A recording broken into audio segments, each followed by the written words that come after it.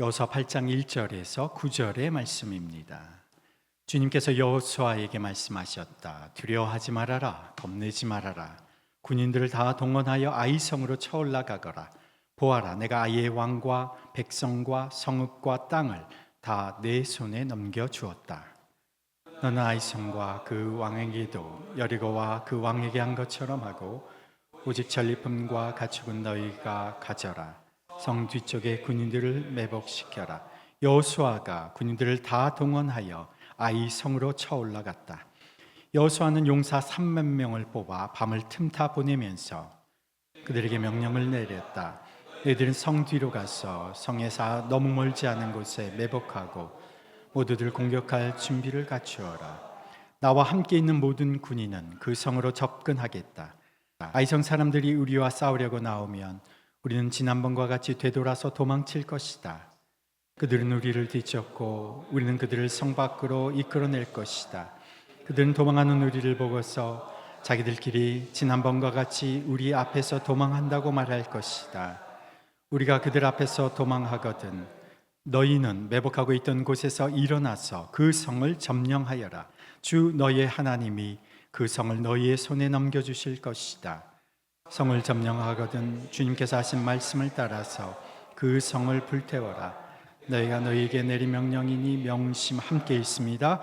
여호수아가 그들을 보내니 그들이 매복할 곳으로 가서 아이성 서쪽 베델과 아이성 사이에 자리를 잡았다. 여호수아는 그날 밤에 군인들과 함께 잤다. 아멘, 아멘. 살아가면서 알게 되는 것이 사연 없는 사람이 없고 굴곡 없는 인생은 없습니다. 겉으로 보기에는 모두 다 번듯하게 잘 사는 것 같고 또 전혀 고생한 것 같지 않은 얼굴인데도 오늘 보이는 한 사람의 얼굴 이면에는 수많은 인생의 장면들이 담겨져 있고 또 그 사람의 인생 안에는 수많은 실패를 딛고 일어선 가슴 저린 사연이 쌓여 있습니다.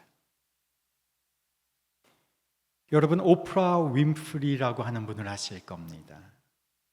오프라 윈프리 쇼의 토크쇼의 진행자였고 잡지 모델로도 영화 배우로도 또 영화 TV 제작 분야까지 진출해서 하포 엔터테인먼트 그룹의 대표까지 되신 분입니다. 이분이 자산 6억 달러, 하나로 약 8,400억의 갑부가 되었습니다. 최근에 그녀에 대한 책을 읽게 되었는데 제가 이 오프라 윈프리를 기억하는 것은 그녀가 진행했던 아주 예전의 토크쇼였습니다. 그날은 자동차가 없는 사람들의 사연을 소개하는 토크쇼였어요. 그때 방청객에도 손님도 자동차가 없는 분이 나와서 사연을 소개하고 또 방청객에도 차가 없는 사람들이나 혹은 가족 중에 차가 없어서 겪게 된 여러 사연들을 갖고 있는 사람들이 참석을 했습니다. 그런데 그날 그 오프라 윈프리 토크쇼에서 방청객 중에서 11명을 뽑아서 추첨을 해서 앞으로 무대로 초청을 했습니다. 그들에게 선물을 하나씩 줬는데 그 선물을 열어보니까 포드에서 나온 신형 자동차 키가 담겨져 있는 겁니다. 11명이 놀라서 막 감격을 하는 거죠. 그리고는 앉아있던 방청객에게 이 오프라 윈프리가 이렇게 말하는 겁니다. 여러분의 의자 밑에 손을 넣어 보십시오. 거기에는 참석한 자들 방청객 모두에게 주는 자동차 키가 하나씩 숨겨져 있었습니다. 그녀가 사비로 새 차 한 대씩을 모두 거기에 있는 사연이 있는 그 방청객 모두에게 선물로 기증하였죠. 방청객들은 토크쇼에 방청하러 왔다가 자동차 키를 받고는 놀라서 그 기뻐하는 그 생생한 그 감동의 장면이 지금도 너무도 기억이 납니다. 그래서 제가 이 흑인 사회자 여성인 오프라 윈프리의 이 배포와 씀씀이가 정말 대단하구나. 굉장히 인상적인 기억으로 남았습니다. 그녀가 포춘지가 선정한 미국 최고의 비즈니스 우먼으로 2위로 뽑혔고, 인콰이어리지 선정 세계 10대 여성의, 또 월스트리트 저널에서 뽑은 미국인이 존경하는 인물 3위에 오른 인물이었습니다. 그리고 미국에서 최고의 시청률을 자랑하는 토크쇼를 25년간 진행한 그녀였죠. 저는 이렇게만 알고 있었는데 그녀의 책을 읽어보니까 19살인 그녀의 엄마에게서 이 여자분이 태어난 거죠. 19살 때 결혼도 하지 않은 엄마에게서 아빠는 도망가고 홀어머니 밑에서 태어났습니다. 그녀는 엄마가 키울 수가 없어서 할머니 집에 보내졌는데 전기도 없는 할머니 집에서 자랐습니다. 9살에 사촌 오빠로부터 강간을 당했고 14세까지 성적 학대가 지속됐습니다. 그리고 그녀는 14살에 첫 번째 아기를 출산했는데 이 아기는 2주 후에 사망을 했습니다. 14살 된 이 소녀가 그 출산의 아픔, 그리고 아기를 잃은 아픔을 가지고 어머니, 할머니 집에 더 이상 있을 수가 없어서 아버지 집으로 옮겼는데 그 아버지와 새 엄마 집에서부터 그녀는 공부를 열심히 하기 시작했습니다. 좋은 성적으로 우등생이 되고 그때부터 방송 일을, 교내 방송을 시작했던 겁니다. 그리고 나중에 대학교를 가서 지역 방송의 뉴스 앵커 자리를 맡으면서 능력을 인정받아서 대학교 졸업하기도 전에 마지막 졸업반 때에 미국 전국 방송의 앵커 자리를 맡았는데, 뉴스를 진행하다가 인터뷰를 하는 사람이 나와 있는 자리에 그 인터뷰한 사람의 사연이 너무 딱하니까 이 오프라 윈프리가 울먹이면서 제대로 진행을 하지 못한 거예요. 그래서 젊은 나이에 최고의 앵커 자리로 갔다가 실패를 맛보고 결국은 나중에 기회를 얻어서 토크쇼를 진행하게 되었는데, 그녀가 사람들과 공감하는 이 능력으로 인해서 미국 전역에서 이 프로그램의 인기를 얻게 되었고 최고의 토크쇼 진행자가 됐습니다. 그녀가 한 말 중에 지금도 많은 인터넷에 회자되는 말이 있습니다. 남보다 더 가졌다는 것은 축복이 아니라 사명이다. 남보다 아파하는 것이 있다면 그것은 고통이 아니라 사명이다. 남보다 설레는 꿈이 있다면 그것은 망상이 아니라 사명이다. 남보다 부담되는 어떤 것이 있다면 그것은 문제가 아니라 사명이다. 독실한 크리스찬 할머니 밑에서 그 성가대로 또 교회에서 생활했던 그녀가 갖고 있었던, 주장했던 말들입니다. 또한 그녀가 말합니다. 나는 실패를 믿지 않는다. 과정을 즐겼다면 그것은 실패가 아니다. 실패의 과정을 겪게 됐을지라도 그 과정을 통해서 지혜와 통찰력을 얻을 수 있었다면 이전의 쓰라린 경험, 패배 결코 아니라는 겁니다. 이스라엘 백성은 지금 아이성에서 뼈저린 패배를 경험했습니다. 그러나 여기에서 다시 일어설 수 있다면, 거기에서 다시 전진하여 나갈 수 있다면 이것은 실패가 아니라는 것이죠. 여호수아 8장은 이 아이성의 패배 이후에 어떻게 그들이 그것을 극복하였는지를 기록하고 있습니다. 어떻게 그 패배의 위기를 극복하고 다시 하나님이 이끌어 가시는 승리의 길로 들어설 수 있는지를 보여주는 본문이죠. 하나님께서 아이성에서 실패한 여호수아에게 다시 시작하기에 앞서서 하신 말씀입니다. 오늘 8장 1절의 말씀 앞부분을 보시면 주님께서 여호수아에게 말씀하셨다. 두려워하지 말아라. 겁내지 말아라. 사실 인생에 있어서 위기는 언제나 있습니다. 일상적인 경험 가운데 일어나는 일 중에 하나죠. 일을 하다 보면 넘어지고 때로는 위기를 맞기도 합니다. 위기와 실패는 모든 인생이 마주하는 현실이라는 거죠. 오늘날 세계 최고의 야구인이 있습니다. 야구 선수. 누굴까요? 야구 좋아하시는 분은 바로 알죠. 미국 메이저리그에서 전대미문의 기록을 세우는 사람입니다. 지금까지 40홈런, 한 시즌에 40홈런 40도루를 한 사람이 있었는데 여지껏 한 번도 한 시즌에 50개의 홈런을 치고 50개의 도루를 한 사람은 없었습니다. 그런데 지금 오타니, 일본인 야구 선수 오타니가 지금 한 시즌에 47개의 홈런을 쳤고 지금 48개의 도루를 했습니다. 곧 50을 도달하지 않을까. 47개의 홈런과 48개의 도루도 한 번도 해보지 않은 야구 선수가 이루지 못한 기록입니다. 그런데 아무도 주목하지 않는 숫자가 하나 있습니다. 뭘까요? 그의 삼진 기록입니다. 제가 메이저리그 삼진 기록 찾아봤어요. 오타니 이렇게 유명한 타자가 얼마나 몇 개의 삼진을 당했을까? 47개의 홈런을 치는 동안 오타니는 그의 3배에 가까운 148번의 삼진을 당했습니다. 실패가 없는 것 같지만 무수한 실패 속에서 살아가는 것이 우리의 인생이라는 거죠. 미국인들이 가장 존경하는 아브라함 링컨은 누구보다도 많이 실패를 경험한 사람으로 알려져 있습니다. 그는 선거 10번 중에 몇 번을 낙선했을까요? 7번을 낙선을 했습니다. 그런데도 실패해서 굴하지 않고 실패로부터 배우고 사람을 더 이해하게 되고 사랑할 수 있게 되고 겸손해지고 진실로 사람을 섬길 줄 아는 사람이 됐습니다. 그가 미국 역사상 가장 존경받는 미국의 대통령이 됐습니다. 어느 날 링컨에게 기자가 물었습니다. 당신의 성공의 비결이 무엇입니까? 링컨이 특유의 조크로 이렇게 말합니다. 실패를 많이 해봤기 때문입니다.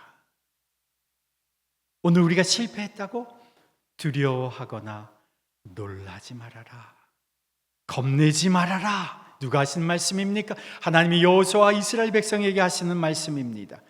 실패했을 때에 우리는 어디로 돌아갑니까? 말씀으로 다시 시작하고 말씀으로 돌아가는 겁니다. 넘어졌을 때, 패배했을 때, 희망이 사라져버렸을 때, 그때가 말씀으로 돌아가는 때입니다. 말씀을 붙잡는 때입니다. 다른 상황, 다른 환경, 다른 여건, 다른 사람들 다 내려놓고 내가 의지할 만한 여건들, 사람들을 다 포기하고 내려놓고 무엇으로 돌아가느냐? 말씀으로 돌아가는 겁니다. 저도 가장 힘들고 어려운 순간에 이렇게 주저앉아 있을 때가 종종 있습니다. 어쩔 때는 제가 채플에서 주로 시간을, 그럴 때는 채플에 들어갑니다. 거기서 뭐를 할까요? 말씀을 봅니다. 말씀을 볼 힘이 없으면 말씀을 듣습니다.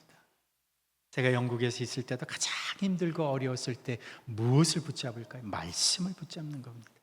말씀을 읽을 기력이 없을 때, 힘이 없을 때는요, 듣습니다. 그래서 제가 우리 교회 홈페이지에 보면 신약 성경 말씀이 다 녹음돼 있어요. 제 목소리로 다 녹음돼 있습니다. 신약 성경 전체가. 제가 왜 그걸 녹음을 했냐 하면 제가 힘들고 어려울 때 말씀을 읽을 힘이 없어요. 그때는요, 말씀을 들으면 좋겠더라고요. 그래서 우리 성도님 중에서도 말씀을 읽을 힘조차 없을 때 말씀을 들을 수 있도록 하려고 제가 읽었습니다. 실패로부터 우리는 배웁니다. 뭘 배웁니까? 말씀으로 돌아가는 걸 배웁니다. 말씀으로 다시 시작하는 것을 배웁니다.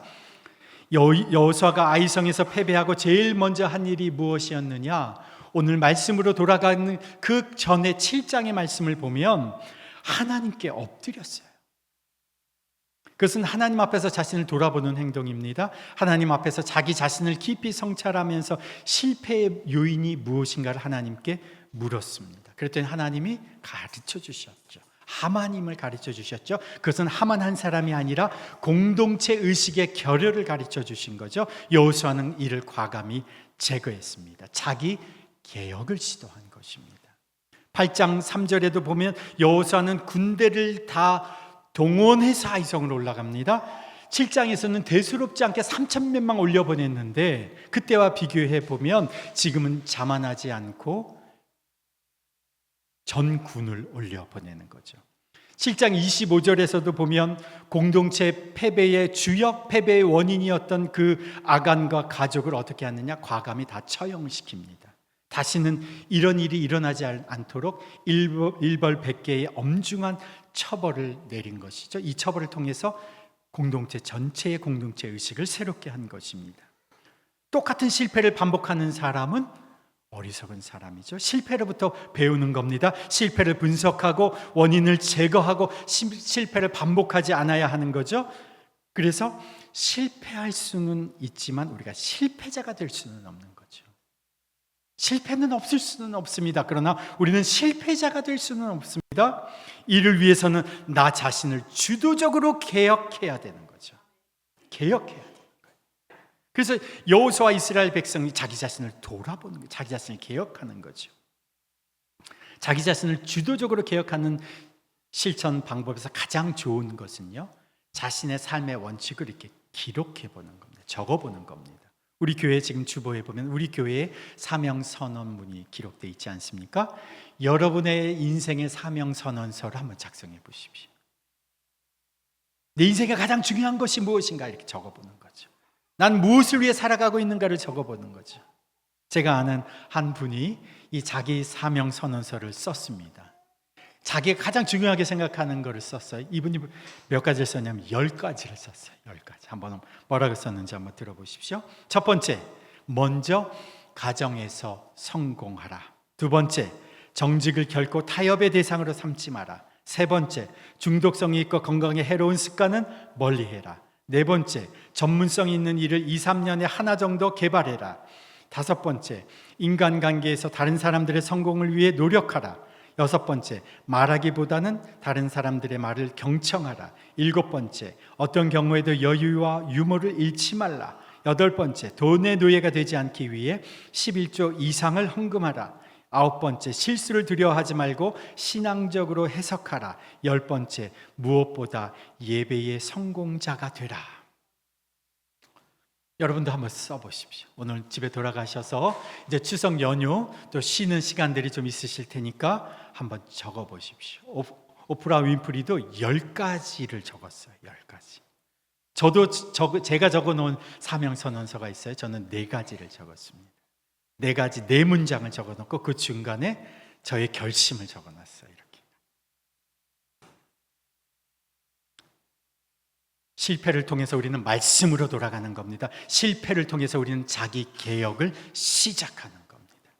실패를 통해서 또 우리는 무엇을 배우게 됩니까? 우리 8장 1절 말씀 우리 다시 한번 읽어봅니다. 주님께서 여호수아에게 말씀하셨다. 두려워하지 말아라, 겁내지 말아라. 군인들을 다 동원하여 아이성으로 쳐올라가거라. 보아라, 내가 아이의 왕과 백성과 성읍과 땅을 다 내 손에 넘겨주었다. 하나님께서 지금 여호수아에게 승리를 보장하고 약속해 주시죠. 그러나 여호수아가 해야 할 일이 있습니다. 뭡니까? 3절 말씀에 보시면 하나님 이렇게 말씀하셨습니다. 3절 말씀에 여호수아가 군인들을 다 동원하여 아이성으로 쳐 올라갔다. 군사를 다 동원해서 올라가는 겁니다. 전력 추구하는 겁니다. 그전에는 어떠했습니까? 방심하고 군사의 일부 3,000명만 올려보냈습니다. 이번에는 전력 투구하는 겁니다. 여호수아 군사들은 밤 동안 길갈, 지금 그들이 진치고 있는 길갈에서 아이성까지 빠르게 그러나 조용하게 행군해서 이동을 했습니다. 지금 길갈에서 아이성까지 얼마냐면 약 20km가 떨어져 있습니다. 그 거리를 밤에 이동을 하는 거예요. 그리고 3만 병력을, 지금 이 강대상이 아이성이라고 한번 생각을 해보세요. 강대상이 아이성, 이 네모난 여기가 아이성이라고 생각해 보면 이 아이성 서편에 3만 명의 군사를, 여러분의 서편에 3만 명의 군사를 미리 이쪽에다 배치를 해놨습니다. 특별히 아이성과 베델이 이렇게 떨어져 3.2km 떨어져 있는데 아이성과 베델 사이에 이쪽에는 5,000명이죠. 5,000명을 거기다 매복시킵니다. 왜 매복시키냐 하면 이 베델과 아이성은 서로 공조 방어 체계를 구축하고 있기 때문에 이스라엘이 아이성을 공격하면 베델의 지원군이 올 것을 예측한 전략이었어요. 3만 명은 서쪽에 두고 그리고 베델과 아이 사이에는 매복으로 5,000명을 매복시킵니다. 그리고 아이성 주변이 이렇게 정말 그 위에 위성 지도로 보면 아이성 주변이 이렇게 높습니다. 그러니까 그 주위에 바위가 많은데 그 바위 주위에 매복 작전을 펼친 것이죠. 그리고 이스라엘 본지는 어디에서? 북쪽에서, 이렇게 북쪽에서 내려오는 겁니다. 서쪽에 3만을 숨겨놓고 베델 사이에 5천을 매복시켜 놓고 본지는 북쪽에서 이렇게 내려오는 거죠. 지금 여호수아는 승리를 하나님께 보장받았지만 뭐합니까? 전력 투구하는 겁니다.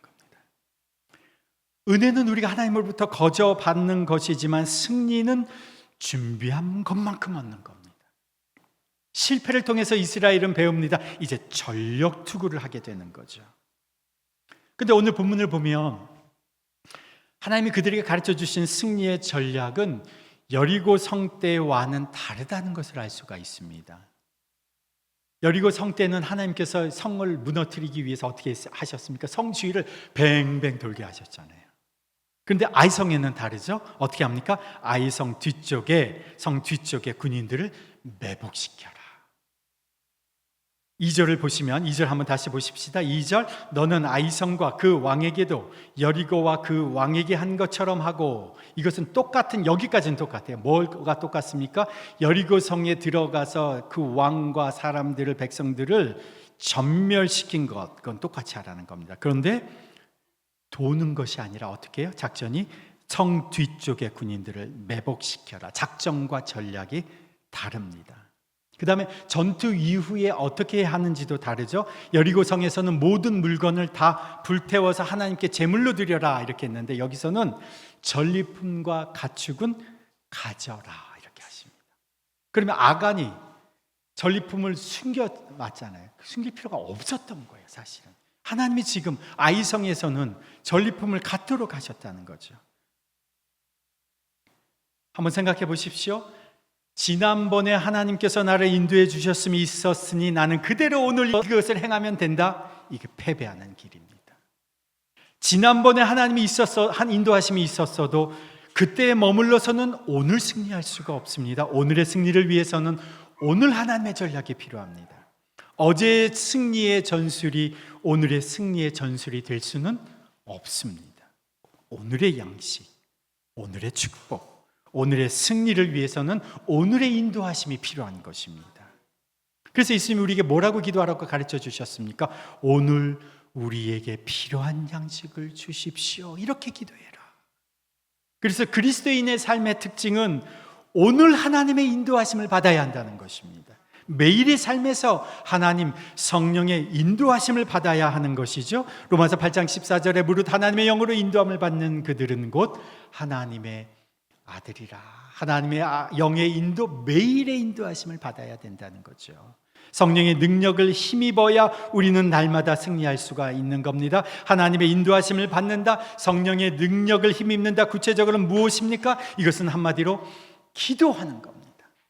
오늘의 당면한 일, 오늘의 어려움, 오늘의 유혹 등에 대해서 그때마다 우리는 주님 앞에 무릎 꿇고 기도하는 겁니다. 주님, 내 자신 이런 유혹 앞에 있습니다. 주님, 나를 도와주십시오. 백해 무익한 악한 습관에서 떠나게 해주십시오. 이런 유혹을 받고 있습니다. 주님, 이길 힘을 주십시오. 성령 하나님을 의지합니다. 주님, 오늘 마주한 이 현실의 유혹과 장벽과 그리고 원수 앞에서 승리케 해주십시오. 기도하면 우리가 승리하게 된다는 거죠. 가만히 여러분 생활하다 보면 누구를 생각하면 미워하는 마음이 막 생길 때가 있지 않습니까? 분노하는 마음이 막 올라올 때가 있지 않습니까? 무엇을 생각하면 원망하고 불평하는 마음이 생기지 않습니까? 그때마다 우리는 무엇을 합니까? 엎드려 기도하면 성령의 인도하심 속에서 나를 다스리시는 주님의 인도하심을 받게 되는 겁니다. 하나님의 인도하심을 받을 때까지, 하나님의 마음에 하나님의 평강이 나를 다스릴 때까지 우리가 무엇을 해야 되느냐? 기도해야 된다는 거예요.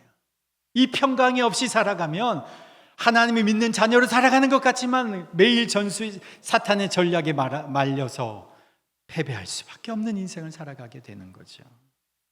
오늘 하나님의 인도하심을 받을 때 우리는 오늘 승리할 수가 있는 겁니다. 제가 자주 말씀드리죠. 기도하지 않는 것은 교만한 것이다. 왜요? 예수님도 아침마다 저녁마다 가셔서 기도하셨는데, 산에 가셔서 기도하셨는데, 기도하지 않는다, 이거 교만한 겁니다. 기도할 필요가 없다고 생각하는 것은 내 자신 예수님보다 더 자신을 높이는 겁니다. 기도해야 오늘 주의 인도하심을 받을 수가 있습니다. 언제 기도해야 할까요? 함께 모여 기도하는 금요 기도에 오셔야 됩니다. 여러분이 금요 기도에 우습게 생각하지 마시고 기도에 오십시오. 아침 기도에 여러분 하루를 시작하면서 함께 기도하십시오. 기도하며 말씀으로 깨어 있어야 오늘의 인도하심 속에 우리가 승리하며 살아갈 수가 있는 겁니다. 그래서 예수님께서 내 집은 만민이 기도하는 집이니라. 시편을 통해서 여호수아와 이스라엘은 오늘 하나님의 인도하심을 받습니다. 그것이 기도를 통해서 가능한 겁니다. 영국의 정형외과 의사인 해리 플래트 경이라는 의사가 있습니다. 왕실에 이제 경칭호까지 받으신 분인데, 이분이 1986년에 100세의 나이로 돌아가셨어요. 86년이면 6년에 100세면 꽤 장수를 하신 거죠.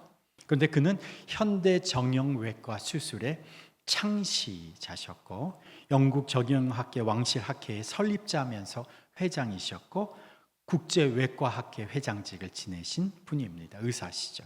근데 그는 어릴 때부터 몸이 장애가 있었어요. 뼈와 관절의 질환을 가지고 있었는데, 이게 결핵성 질환으로 이렇게 다리를 저신 것 같아요. 그런데 그 아들을 보면서 아버지가 교훈으로 남긴 말이 있습니다. 이 말이 지금도 많은 사람들에게 알려져 있는 말이에요. 그의 아버지의 교훈 한마디를 그는 가슴에 품고 살았어요. 아버지가 한 말이 무엇이었느냐? 너의 상처를 별로 만들라. 이렇게 들으면 별로 뭐 큰 의미가 없어 보이는데, 이게 영어로 보면 turn your scar. scar는 상처입니다. scar. turn your scar into a star. scar라는 상처와 star라는 별이라고 하는 단어의 발음이 비슷하지, 라임을 맞춰 표현한 겁니다. turn your scar into a star. 너의 상처를 별로 만들어라. 불황의 때 기회의 때가 될 수 있다. 아픔이 희망이 될 수 있다. 눈물이 진주가 될 수 있다. 고난이 유익이 될 수 있다. 상처를 상처로만 갖고 있지 말고 그것을 비전으로 만드는 자, 그것을 하나님이 기억하시는 별과 같은 그 아름다운 영광의 수훈으로, 훈장으로 만드는 자, 그런 자가 하나님이 기뻐하시는 자라는 거죠. 그래서 로마서 8장 16절에 이런 말씀이 있습니다. 영광을 받기 위하여 고난도 함께 받아야 할 것이니라. 한번 따라해 볼까요? 영광을 받기 위하여 고난도 함께 받아야 될 것이니라. 고난은 안 받고 싶어해요. 우리는 사실 우리의 마음에 솔직한 고백이지 않아 고난은 안 받고 싶어요. 그런데 영광을 받기 위하여 고난도 함께 받아야 될 것이니라. 고난이 없으면 영광도 없습니다. 십자가가 없으면 부활도 없습니다. 고난이 없으면 면류관도 없습니다. 고난의 나무를 통해서 영광의 그 열매가 맺히는 겁니다. 속담에 이런 속담이 있습니다. 잔잔한 바다에서는 좋은 뱃사공이 만들어지지 않는다. 나에게 고난과 상처와 아픔이 있습니까? 그럴 때 이렇게 생각하시기를 바랍니다. 하나님께서 나의 상처를 별로 만드시는구나. 하나님께서 나의 인생을 보석과 같은 존재로 만드시는구나. 실패 그 이후 우리는 어떻게 그 실패를 극복하고 승리의 길로 들어설 수 있을까요? 실패로부터 말씀으로 돌아가는 겁니다. 실패로부터 자기 개혁을 시도하는 겁니다. 실패에서부터 이제 다시 전력 투구하는 겁니다. 그리고 하나님의 오늘의 인도하심을 받는 겁니다.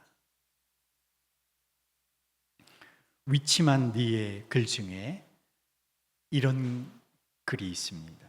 위치만 니가 배를 타고 강을 지나가는데, 위치만 니가 중국 전역을 다니면서 복음을 전했습니다. 그 강을 이제 지나가기 위해서 배를 타고 가는데 갑자기 배가 급류에 휩싸이게 되었어요.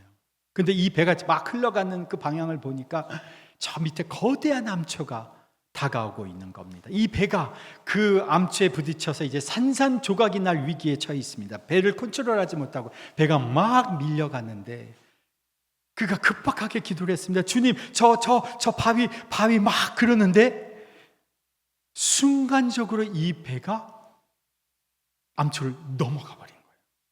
그 뒤를 돌아보니까 암초는 그대로 있는데 어찌된 일인가 살펴보니까 배가 암초에 이 부딪히는 찰나에 어디선가 갑자기 물이 넘쳐나서 배가 갑자기 우뚝 솟아 그것을 쑥 넘어가 버린 거예요. 갑자기 넘친 물이 배를 살린 것이죠. 여기에서 그가 유명한 말을 남겼습니다. 우리의 삶에 은혜가 넘치면 어떠한 시험이라도 다 넘어갈 수 있다. 그렇습니다. 우리는 실패로부터 배우는 겁니다. 말씀으로 돌아가는 겁니다. 자기 개혁을 시도하는 겁니다. 전력 투구하는 겁니다. 그리고 무엇보다 하나님의 인도하심을 받는 겁니다. 그러면 능히 실패와 패배를 은혜로 넘게 되는 것이죠. 이 모든 일에 우리를 사랑하시는 이로 말미암아 우리가 넉넉히 이기느니라. 그리하여 우리가 일상에서 겪게 되는 그 수많은 패배와 상처들을 다 주님의 나라에서 별과 같이 되는 존재, 그 모든 것을 극복하는 하나님의 사람으로 되기를, 스카 인투 스타의 그 은혜를 누리게 되시기를, 다시 시작하는 은혜를 누리게 되는 우리 인생 되시기를 축복합니다. 우리는 때로 실패합니다. 종종 아프고 상처가 날 때가 있습니다. 그러나 우리 가운데 스카 인투 스타의 은혜가 있기를 원합니다. 다시 시작하는 은혜를 누리기를 원합니다. 주님, 그렇게 다시 시작하고 싶은 우리에게 주님 말씀으로 위로하여 주시고 권면하여 주시니 감사합니다. 두려워하지 말라. 나는 내 하나님이라. 놀라지 말라. 내가 내 의로운 손으로 너를 붙들리라. 말씀으로 우리에게 말씀하여 주시니 감사합니다. 주님, 그 패배의 자리, 실패의 자리, 절망의 자리, 슬픔의 자리에서 말씀으로 다시 일어서는 우리가 되게 하여 주옵소서. 말씀이 육신이 되어서 우리 가운데 오신 예수 그리스도 임마누엘의 은혜로 일어서는 우리가 되게 하여 주옵소서. 이제는 주님과 함께 자기 개혁을 시도하며 전력을 다하는 우리가 되게 하여 주옵소서. 오늘 하나님의 인도하심을 받는 우리가 되게 하여 주옵소서. 이를 위하여 주님, 이제는 깨어 기도하게 하시고 주님을 신뢰하며 끝까지 순종하는 주의 백성 되게 하여 주옵소서. 주님, 오늘 우리가 주님의 말씀을 들었습니다. 이제 들은 대로 살게 하옵소서. 여호수아와 이스라엘 백성이 다시 시작함의 은혜를 누린 것처럼 이제 주님과 함께 오늘 우리의 시작이, 주님과 함께 새로운 승리의 시작이 우리의 삶에 일어나게 하여 주옵소서. 주님, 가족 안에서의 관계가, 우리 직장과 일터와 사업장에서의 상황이, 오늘 우리 일상의 현장에서의 상황들이 다시 시작되게 해주시고 하나님의 승리의 계가를 주님 앞에 올려드리는 우리의 삶 되게 하여 주옵소서.